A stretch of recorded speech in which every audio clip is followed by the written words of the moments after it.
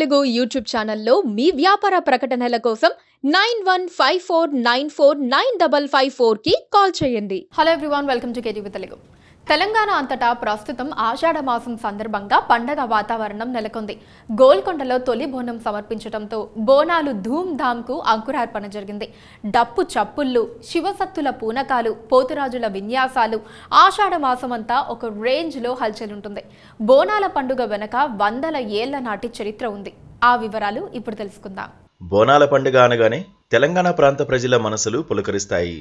తెలంగాణ సంస్కృతిలో బోనాలు ఒక ముఖ్య ఘట్టం. తెలంగాణలో అసంఖ్యాక ప్రజలు జరుపుకునే ఆనందోత్సాహాల సంబరమే బోనాల పండుగ. జంట నగరాలు అమ్మవారి ఆగ్రహాన్ని చవిచూసిన నేపథ్యంలో బోనాల పండుగ ఆవిర్భవించింది. 1869వ సంవత్సరంలో హైదరాబాద్, సికింద్రాబాద్ నగరాల్లో ప్రాణాంతకమైన మలేరియా వ్యాధి ప్రబలింది. చూస్తుండగానే వేలాది మంది ఆ వ్యాధికి బలయ్యారు.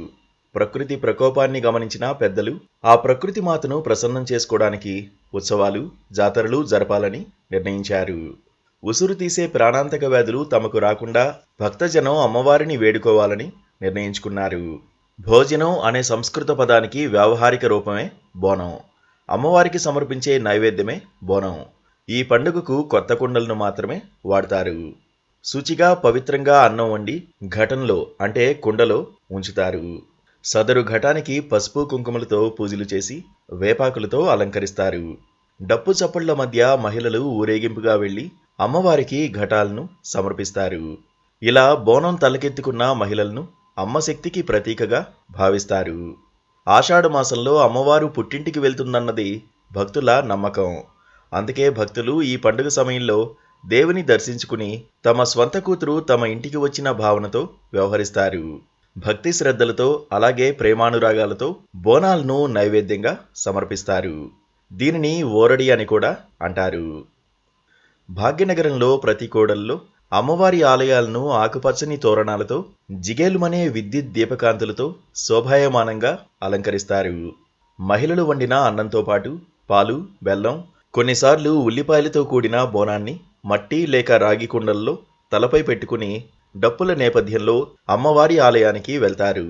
మహిళలు తీసుకెళ్లే ఈ బోనాల కుండలను చిన్న వేపరెమ్మలతో, పసుపు కుంకుమ లేక తెల్ల ముగ్గుతో అలంకరిస్తారు.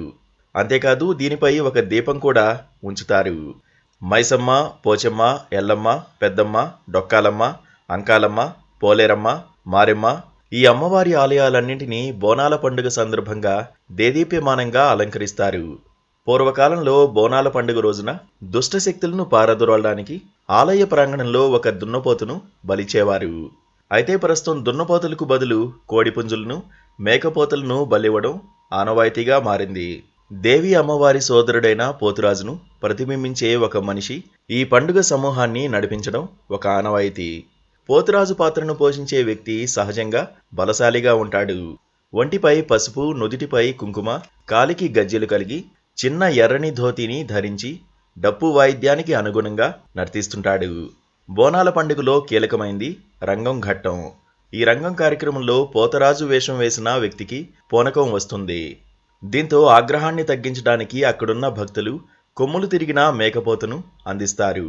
పోతురాజు భక్త సమూహం ముందు పలహారం బండి వద్ద నర్తిస్తాడు.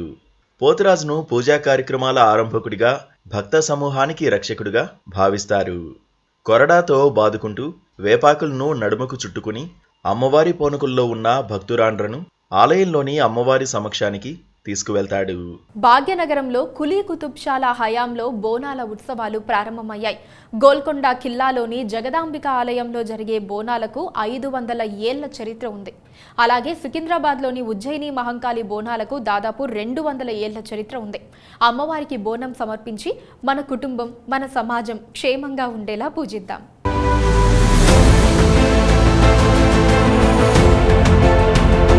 Please subscribe to KTV Telugu. KTV Telugu. KTV Telugu channel.